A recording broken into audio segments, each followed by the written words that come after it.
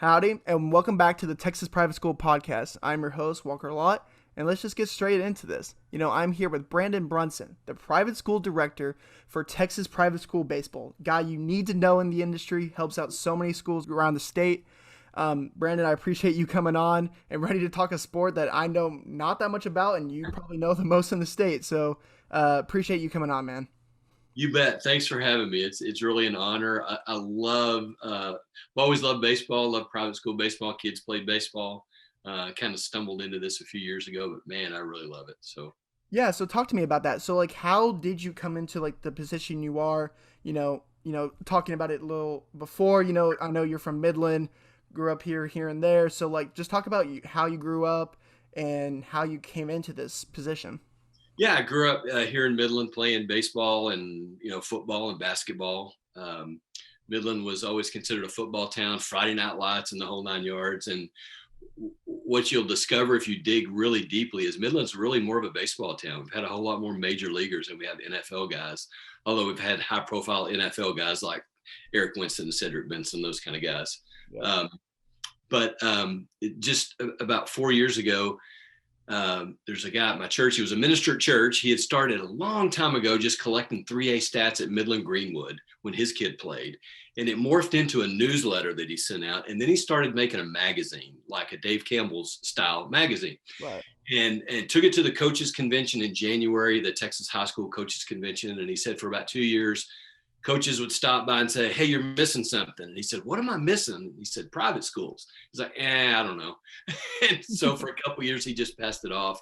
And after the second or third year, he said, well, maybe there's something to it. So he knew my kids were playing baseball at Midland Christian at the time.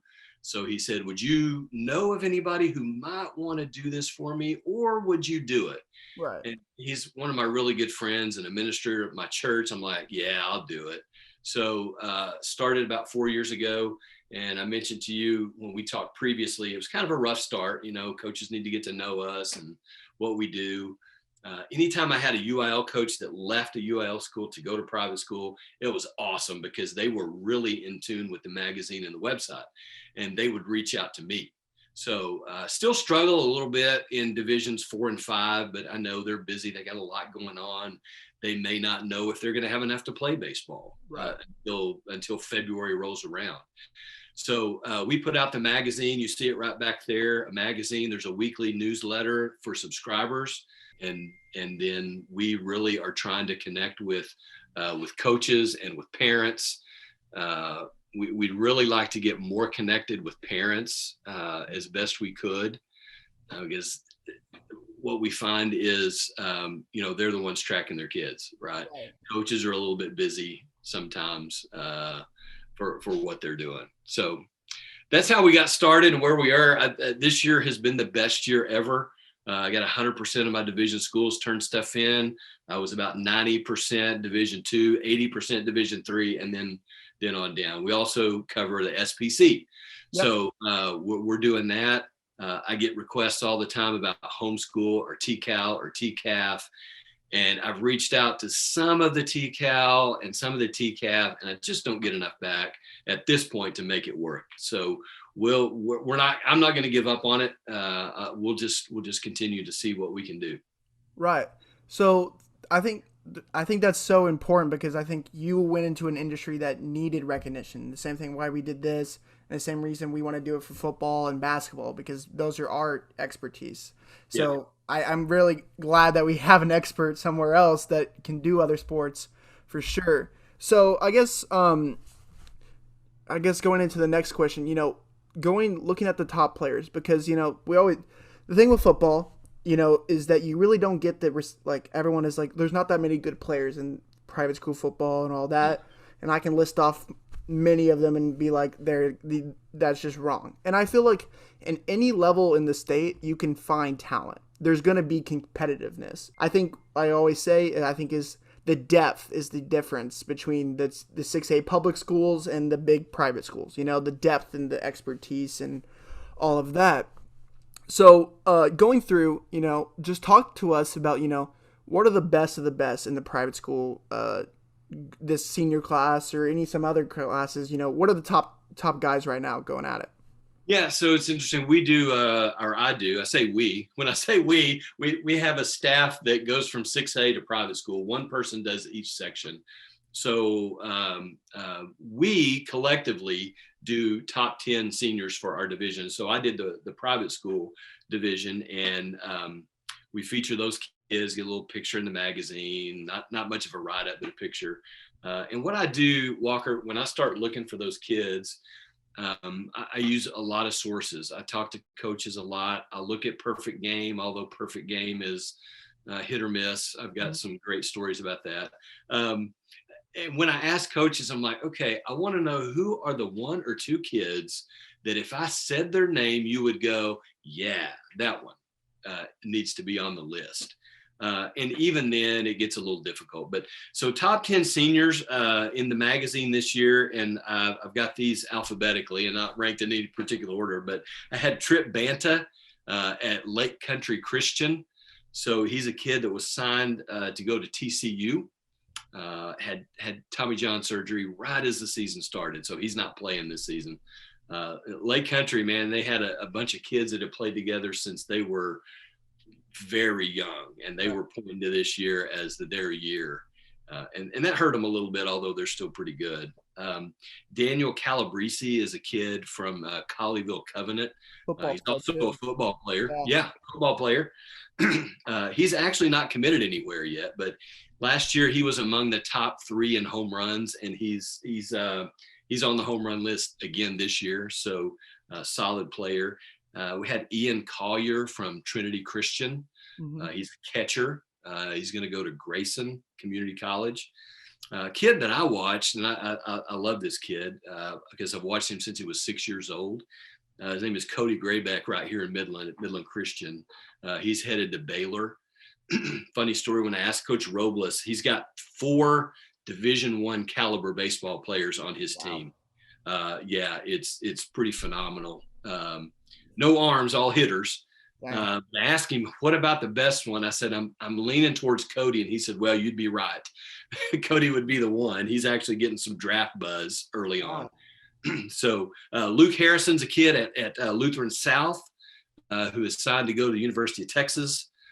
Gavin Cash is from Kelly Catholic. He's also going to the University of Texas. Here's probably the premier one right now. The hottest name is a kid at the Woodlands Christian named Caveman Parker. I've heard about him. Yeah, so Caveman is he kind of burst on the scene a little bit this past summer when his fastball started hitting the low 90s. I think he's topped out around 93, 94 at this point. Long, lanky frame. He's looked last night at the top 100 MLB prospects, and he's in that list. He's at 77. Wow. So he's the number 8 ranked kid in Texas. I got a nice picture from the Rose Hill tournament of a line of scouts with their radar guns watching Cademan early this year. So he's going to TCU. His dad had gone to TCU and I think was a professor there. So he loves the school, wants to go. But if he gets in that first round area, it might be hard for him to go to TCU. Right. A kid named Will Rizzo at St. Thomas who's signed to go to Texas A&M. He's also got a high grade perfect game. David Shaw at Kincaid is going to Rice. He's a right-handed pitcher. And then another young man named Josh Stewart pitches at Savio in Austin, and he's going to go to UT. Wow. So those were our top 10 seniors. And you're right, man. That's a laundry list of good Division I baseball schools when you talk UT and TCU and A&M and Rice. Oh, absolutely. Yeah. I think that's honestly insane because, I know a couple of those guys just because of the top of my head, because a lot of them played dual sports, playing football. I know Cayman played football as well. Yep. I think it's really cool to see how big time a lot of these guys are because, unless you're from your area or something like that, you really don't know much about them. But and you're seeing it so much, so how deep the talent is. I know if you said guys from Austin, you get guys you said from Houston, even the guy from Kelly, Beaumont area, Southeast Texas. You have them all around the state. Yeah, very much. And it's so funny because We're isolated out here in Midland. Coach Robles here at Midland Christian does a pretty good job of trying to get everywhere else. He took on a tournament. They actually instituted last year one called the TAPS SPC Challenge, where they're matching up those teams. I'd like to see a couple more teams from the SPC in that actual thing, but we're pretty isolated. Those Houston teams can play around Houston and the 6As. Kincaid, for instance, they play a monster schedule. They're playing 6A, good 6A public schools in Houston. They don't mess around with their schedule, but neither does Concordia, neither does Kelly. I mean, and the thing about the private school is, like you say, oftentimes there's a misperception that the talent's not very good. But when you see Kincaid playing, or Concordia, let's say, playing College Station, then hey, the public schools down there recognize the talent. Baseball coaches and football coaches, basketball coaches, for that matter, they all want to get better. So they want to play the best they can. And so when you see those private schools playing those big public schools, the public schools are paying attention. Absolutely. You talked about all these teams doing all these really hard schedules just now. Talk about like, how does that help schools, have doing really good competition? And what are the kind of the schools in like each, like, I guess, city or like in the state that are like those big time teams that are able to do those big time games? Yeah, absolutely. So when I was coaching basketball, I coached at a small 1A school. We were a 6-man football school. So we were Class A basketball. But if I could schedule a 2A, 3A tournament, if they would let me in, I would go play it. And then I would purposely, a couple times, at least one year, I scheduled a team that I knew we were going to see in the playoffs. And so I wanted the hard schedule because I knew by the time district came around, there was nothing they hadn't seen. Right. They would have seen better players by the time they got to district. So district almost was easier if I could schedule it up hard.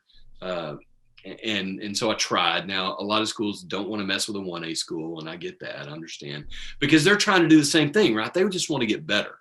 Everybody just wants to get better. And so so the big ones, and I mentioned a couple of them in Houston. Kincaid does that. Concordia does that. Kelly does that. So in Midland, I know what Coach Robles likes to do is he'll travel and look for a big tournament. So they play in 5, 6A tournaments in Weatherford or in the Dallas area when they can. Lubbock, I know the guy at Lubbock Trinity, he'll go anywhere, anytime to play a game. They went to San Antonio Christian last weekend.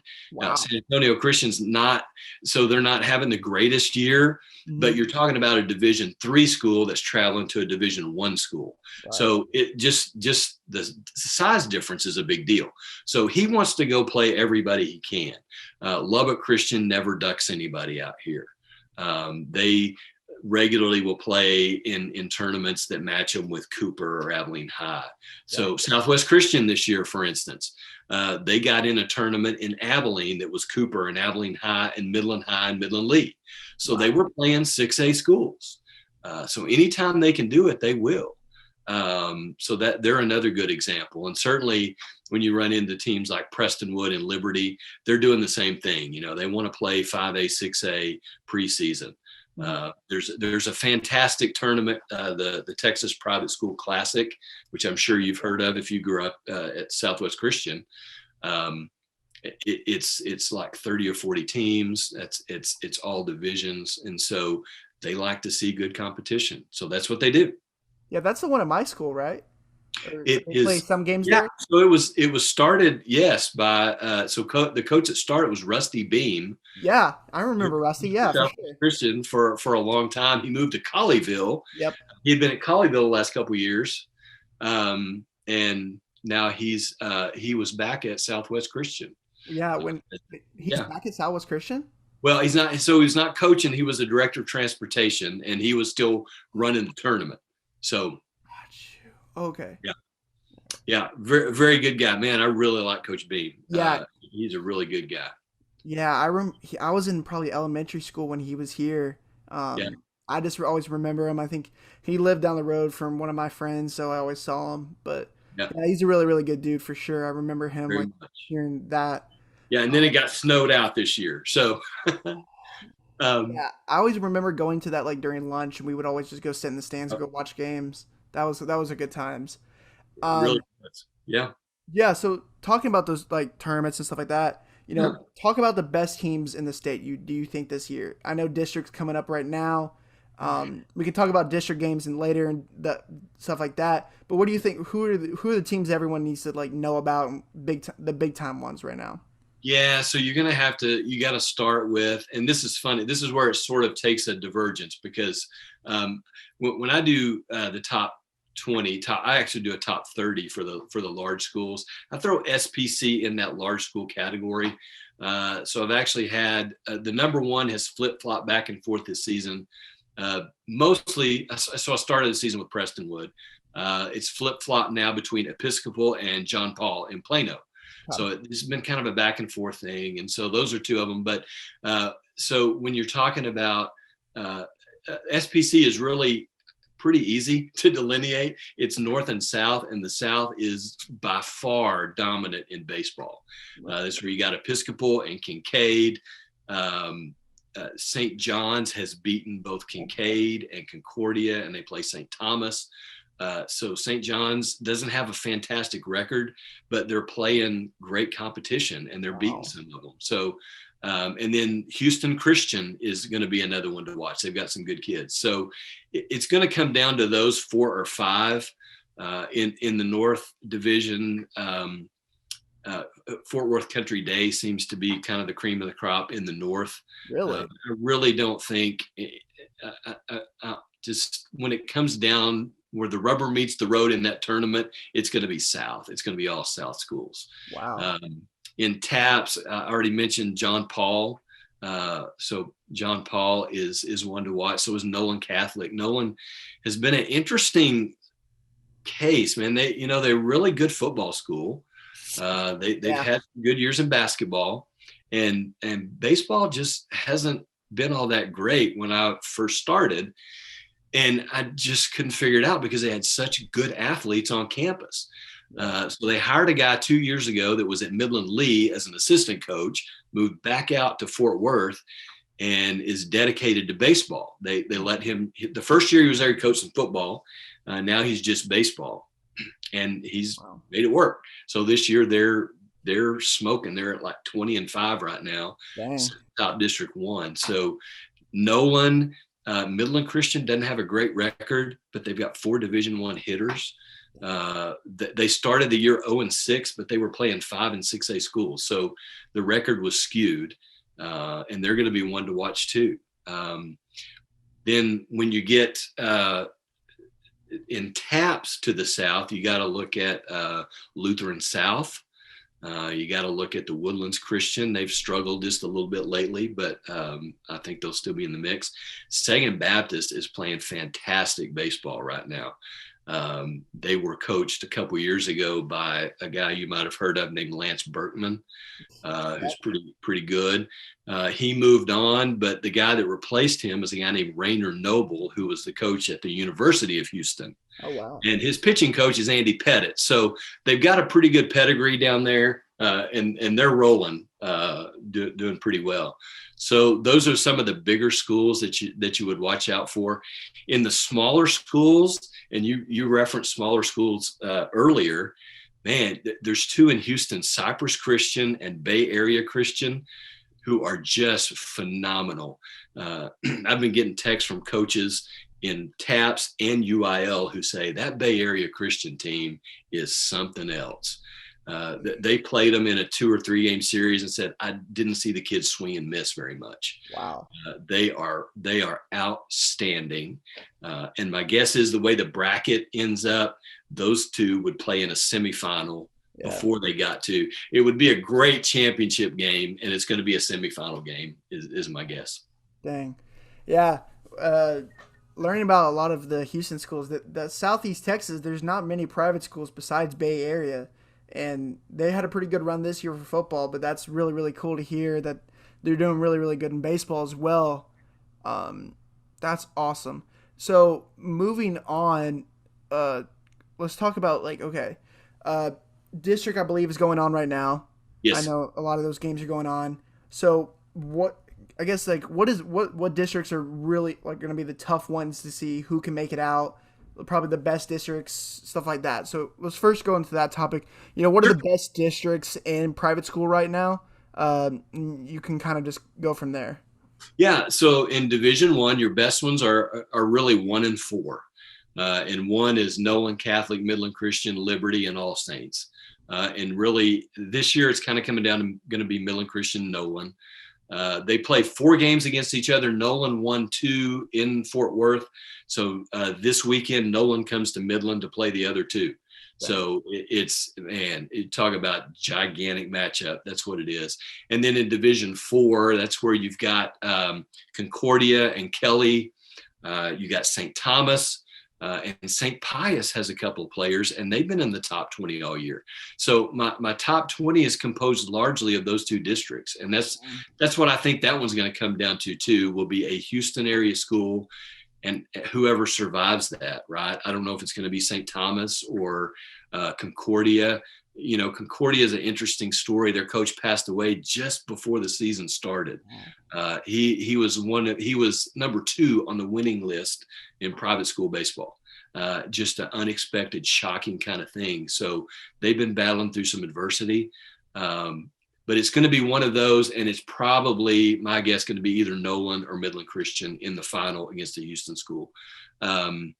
Division 2, District 1 is where your alma mater sits, and they're having a good year. Mm-hmm. Southwest Christian's doing well. Fort Worth Christian, not quite so much this year. They're a little bit down. Grapevine's having a good year. You always have to worry in Division 2 about the Dallas Christians. They'll figure out a way to make it work. And then you have good schools. It's another situation in Division 2 of you've got the West, that kind of Dallas based, and then you've got Houston. That's where the Woodlands and Second Baptist and Lutheran South.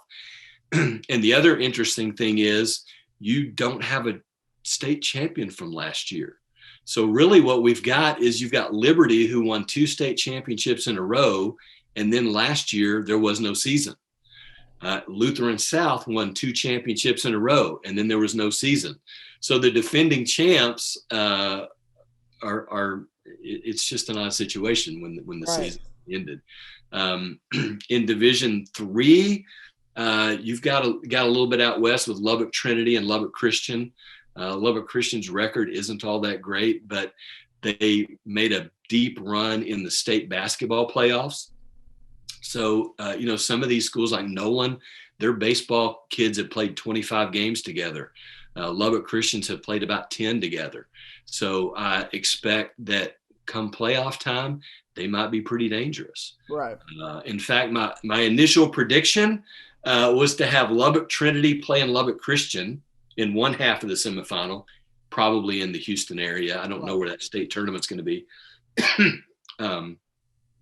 And then the Woodlands Christian or Cypress. Well, I said Cypress and Bay Area down there. Wow. Awesome. This episode of the Texas Private School Podcast is brought to you by GoEditGraphics.com. GoEditGraphics create custom sports graphic templates where the user can change the colors, images, and text to make it their own. As you can see behind me, I'm going through all the graphics they provide to the users. They have graphics for football, basketball, baseball, and other sports to choose from, so no matter what, they have you covered. To show how easy it is to use their website, we're going to create a graphic of our own.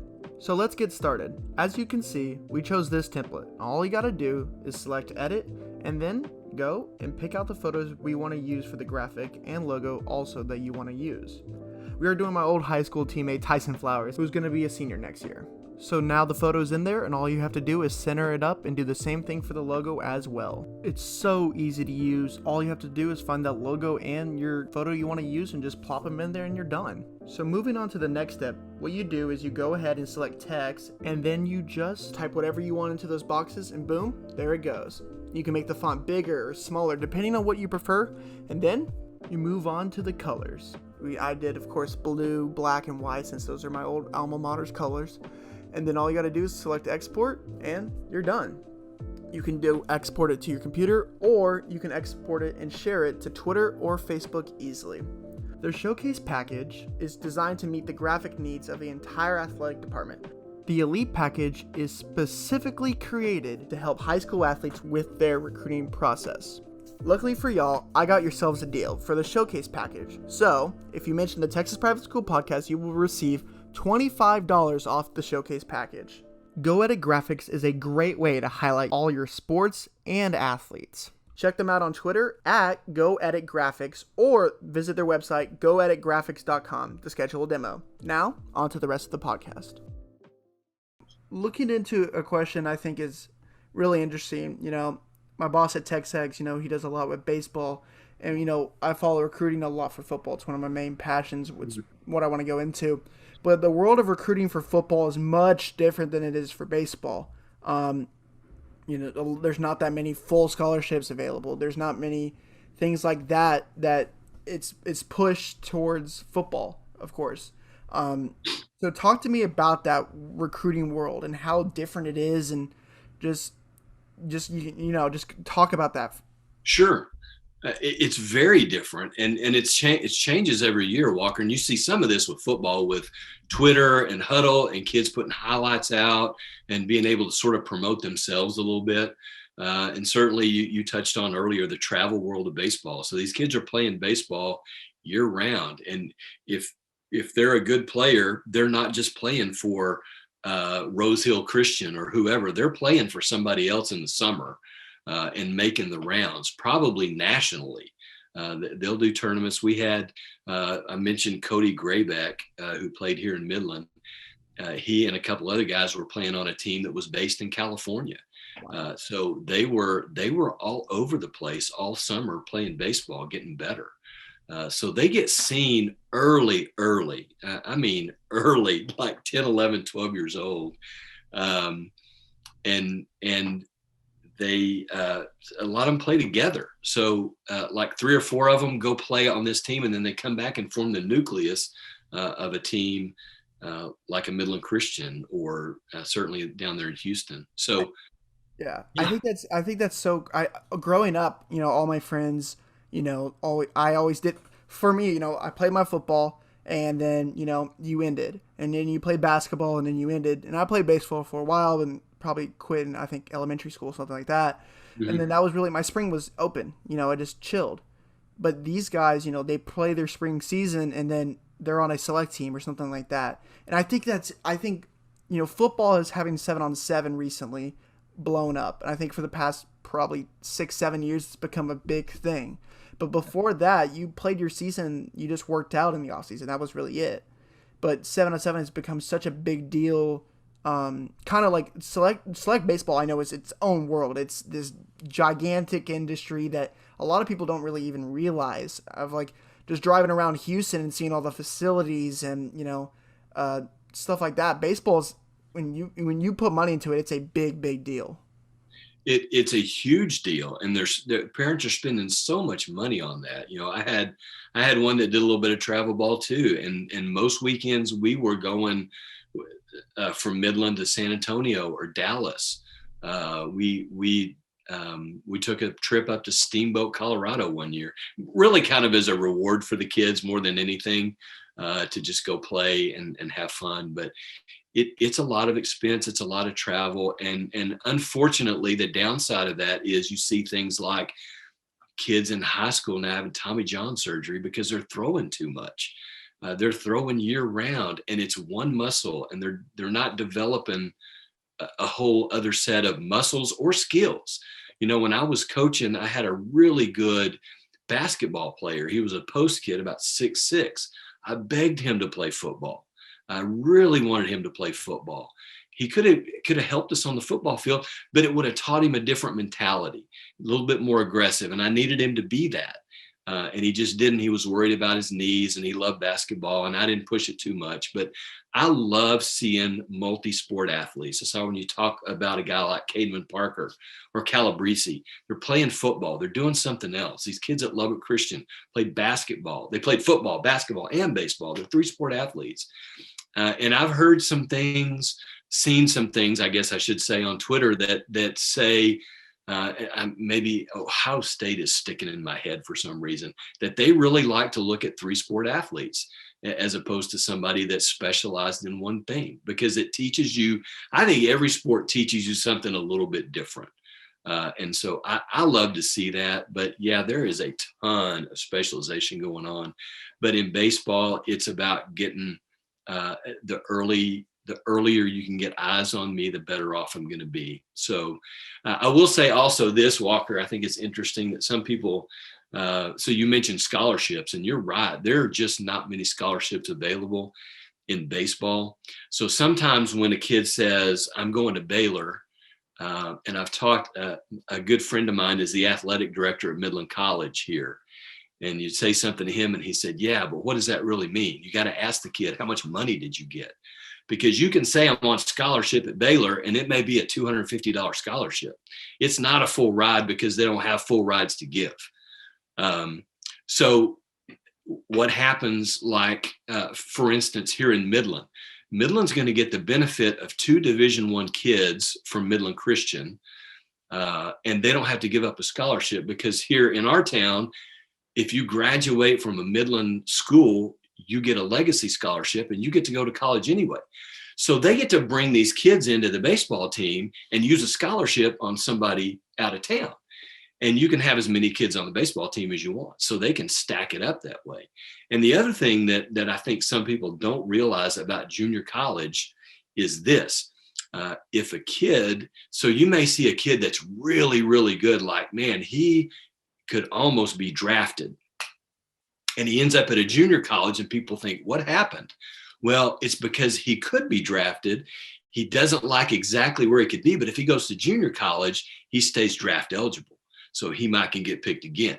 So he doesn't have to sit out 3 years. He can go to a junior college, and then if he goes somewhere else, he might have to sit out 2. But if you go to a junior college route, you're keeping your options open.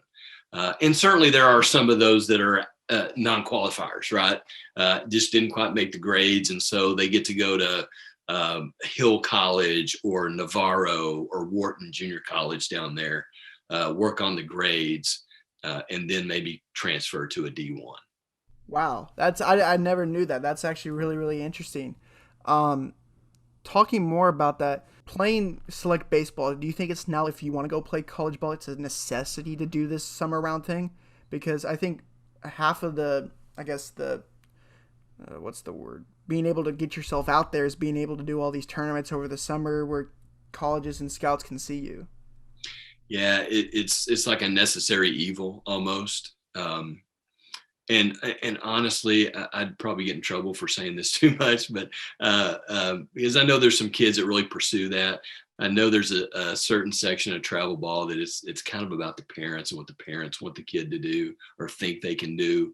And I've seen, there have been cases I know of kids who, after so much travel ball and playing high school, they get through high school and on the cusp of being able to go play, and they're like, I don't want to go play anymore.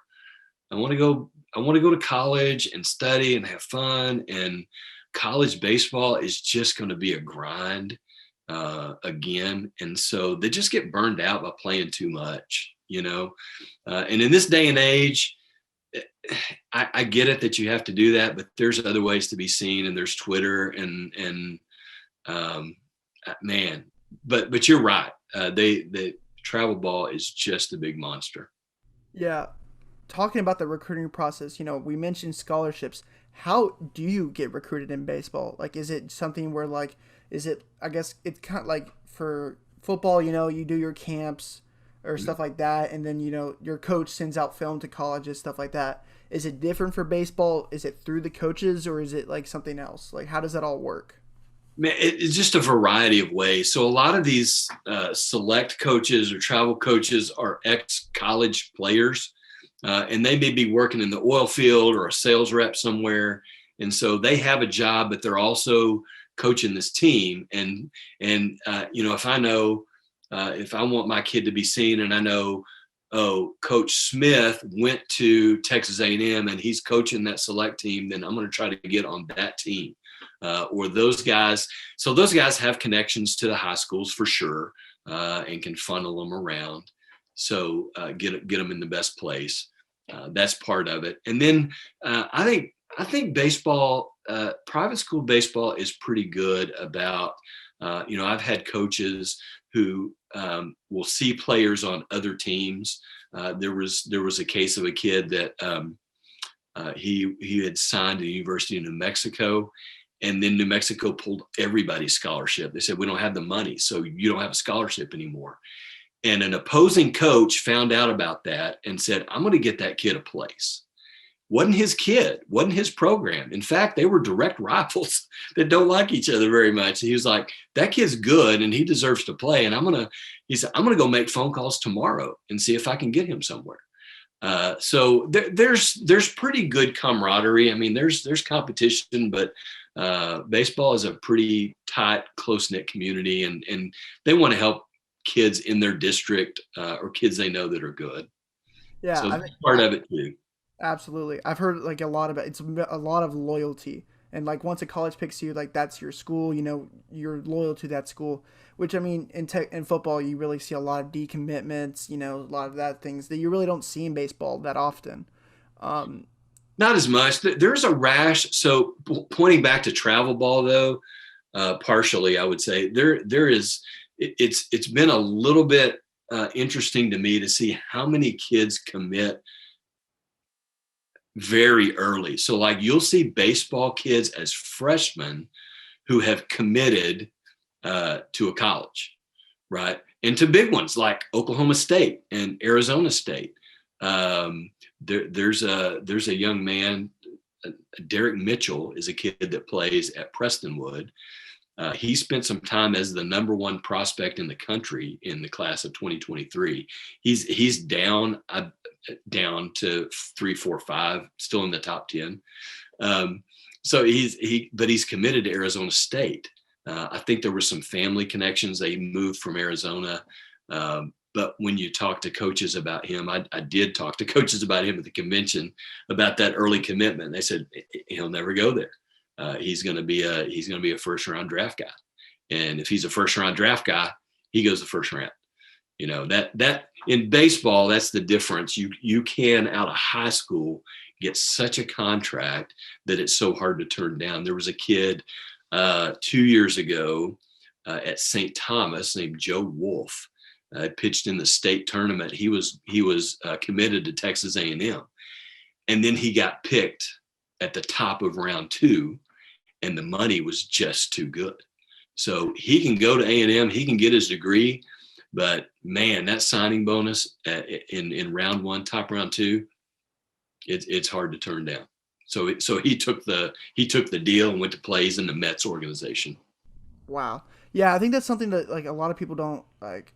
For football, you gotta wait your turn to go play pro, and the baseball, that's so difficult to decide because for especially colleges too, like those top dudes are usually not going to be going to college, so it's so hard to figure out your guys and locking down those classes and all of that jazz. Yeah, the draft was so different though, right? So last year was only a 5-round draft. It used to be 40 rounds. They cut it down to 5 last year. They're going back to 20 this year, but that's still half of what it was. But minor league baseball cut out a lot of teams too. So it just cut out a lot of places for people to play. But when you were talking 40 rounds and a high school kid who knew he wanted to play, man, if he got drafted, he might just go, even if the money wasn't great. So. Yeah, that's really, really interesting for sure.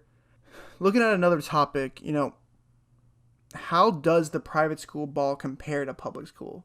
Like, for football, the Parishes and the Nolans have elite talent on 11 on 11. It can compete with most in the state, but when you get to depth, that's where the issue is. Is that maybe the same with baseball, or how does that work? Yeah, so it's really similar, right? The thing about baseball is, especially when you approach playoffs, if you have one guy on the mound that can pitch you through a game, you can take that one person a long way, because the way TAPS is set up in the playoffs for baseball, if I'm a baseball coach and I say I only want to play one game in the playoff, that's what you have to play. The only way you can change that is by mutual agreement. So if both coaches say, yeah, let's do a 2 out of 3, then you play 2 out of 3. But back to my point, if I'm a team and I've got one really good pitcher, I'm going to play one game and I'm going to put all my dice on that one arm and see how far I can get in the playoffs playing 1-game series. Now, obviously, when you get to the state tournament, that won't work because you play back-to-back days. You'll play a semifinal on Thursday and the final on Friday. And so it will eventually catch up to you. And you've got to have, to play those big 6A schools and to play them well, you would have to have some depth. The districts are now set up where almost everybody, divisions 1 all the way through 5, are playing series so that can't happen, right? So that I'm not facing your ace every time I play you. They'll play you twice in a week or 3 games in a week. So I'm going to see all your pitching. So in that case, my depth is important. I got to have more than one guy on the hill. But I think you'll find quality-wise, the level of quality in private school baseball is just as good as you'll find in public schools almost across the board. I take a look at, we do, the guy that founded the magazine does a composite poll that goes any high school in Texas. Haven't seen a private school in that poll this year yet. But I would suspect that Episcopal and John Paul are kind of knocking on that door of being in a combined poll because they can play with them. I'd always contended in football out here. There's been a couple years that Midland Christian was really good, and people said, "Well, I'd like to see them play Lee or Midland High." I'm like, no, you wouldn't. Not in football, not here, because of the depth. There's just too many. Basketball is the same kind of deal. If you don't have enough on the bench, then it's going to be tough. But baseball, if you've got the 9 good ones and 1 good arm, it's a great equalizer. It really is. I could conceivably see, well, not conceivably, easily, some of those Division III schools like Cypress or Bay Area, they would play a top 5, top 10 6A school. No questions asked. They would take the game every day and they would be competitive. Wow. That's really, really interesting to see how it compares. And yeah, I just think that's really, really cool. Yeah. Moving on, I want to talk about last week matchups, or I guess we're filming this, Wednesday? So this last start of the week's matchups, talk about what were some of the big games that happened this week, last week, this weekend, and, this first part of the week, and maybe some of the top players from this past time. Yeah, so I would point people, I'll get a shameless plug in here, Walker. I'd point people to our website, txhighschoolbaseball.com. So each week we do a pitcher of the week, a hitter of the week, and the team of the week. And so this week, and sometimes there's really hard decisions to make, right? My hitter of the week was Hayden Sebecki from Grapevine Faith. So he was in a close race. He was the one I chose. The pitcher of the week was even harder because I had 2 no-hitters to look at. And so I went with a kid from Brazos Christian, Tyler Prince, over Trendon Parrish at Southwest Christian, who was the pitcher of the week before, because he had thrown a no-hitter against Fort Worth Christian. He also so talk about quality. He no-hit Abilene Wiley earlier this year, which is a top 20 5A school. So it just, again, points to the outstanding nature of the competition and the fact that sometimes it's really hard to pick a winner in these things. So let's see. Yeah, honorable mention this week on my pitcher of the week was Austin Sheets of Colleyville, who he struck out 14 against Lubbock Christian and gets the honorable mention. So really good performances across the board, and those were against pretty decent teams too. Yeah, he was a pretty good quarterback this year for Covenant as well. We even had him on the podcast talk about his past season. So nice. Yeah, good kid for sure. Yeah. Yep. So I told you about a big matchup last night. It was Southwest Christian and Faith.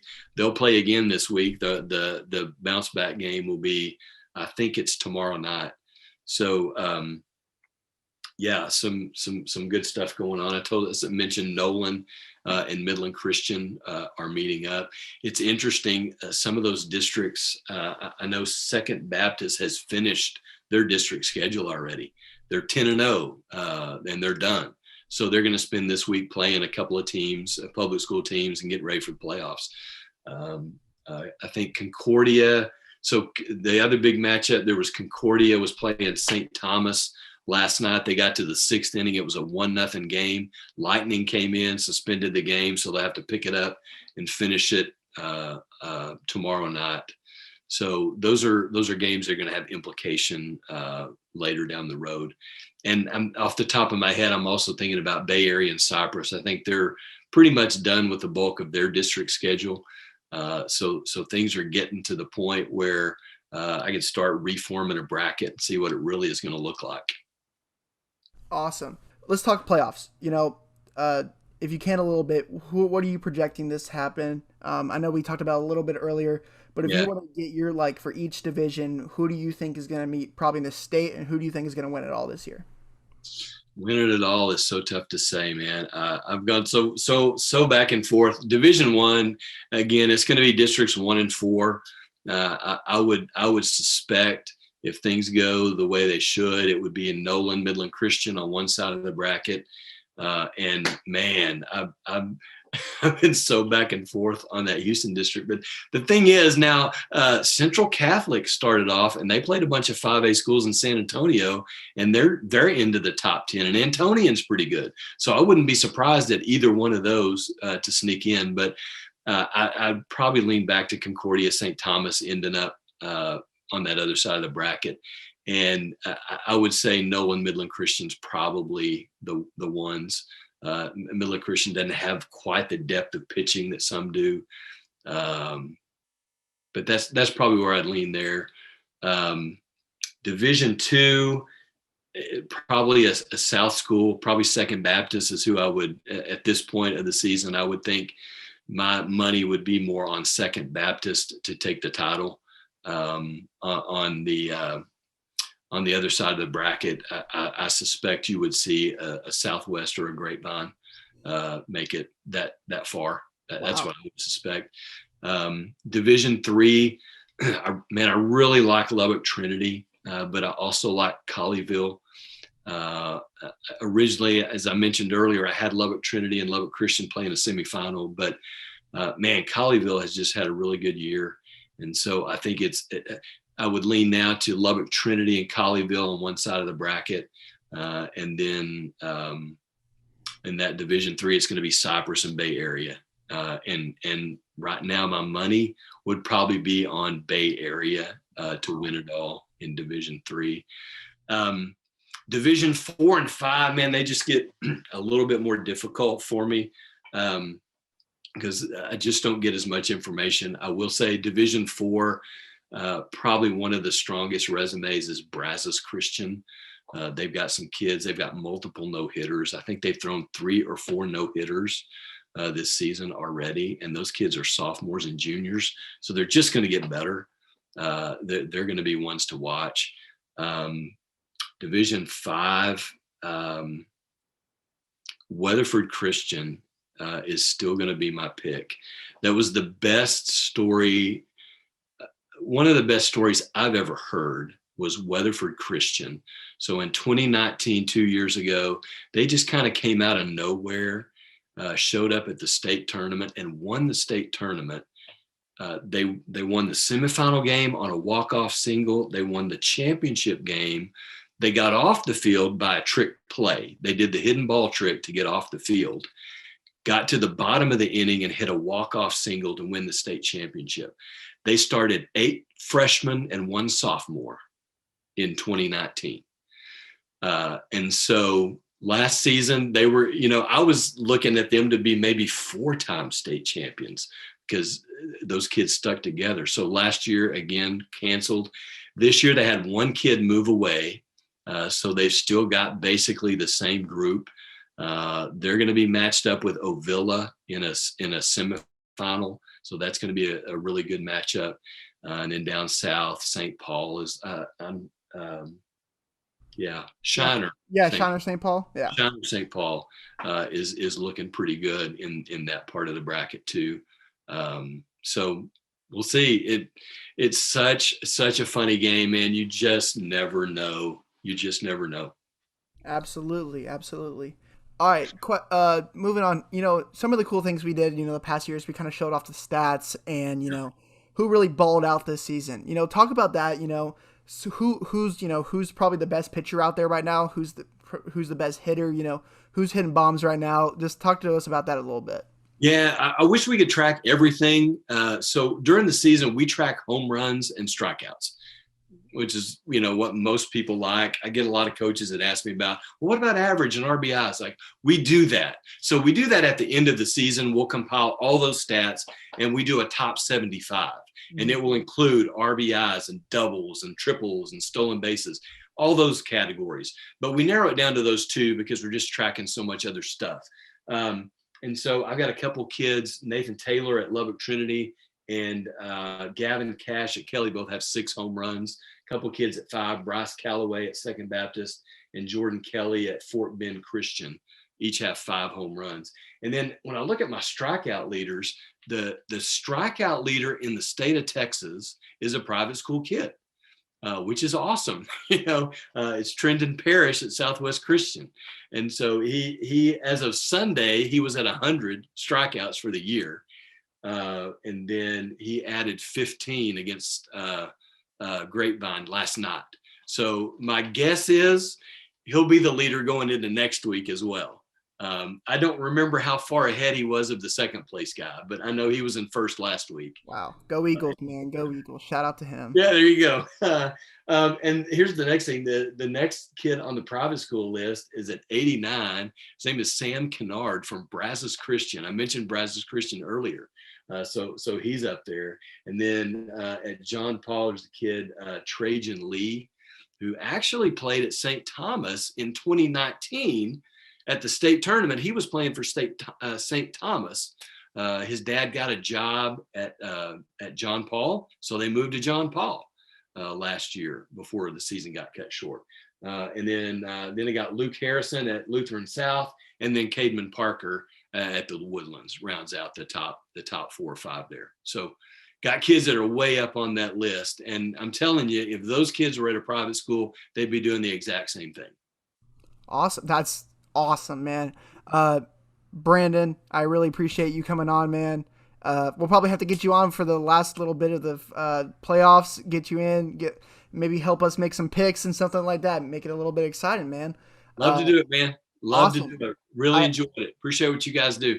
I appreciate you, man. There's no better, just from seeing on our Twitter feed, something like that. I knew when I saw you pretty much everywhere on my feed, I knew that you're the guy I had to get on. So yeah, if y'all haven't, please check this guy out. I'll have his the website that what he works for and all of that in the description. I'll probably have it on the screen as well. So for sure, go check him out. Follow his Twitter page. I'll have that in the description as well. Man, I really appreciate you coming on. Wish the best for you. And so, yeah, thank you, man. You bet. Thanks, Walker. Good talking to you.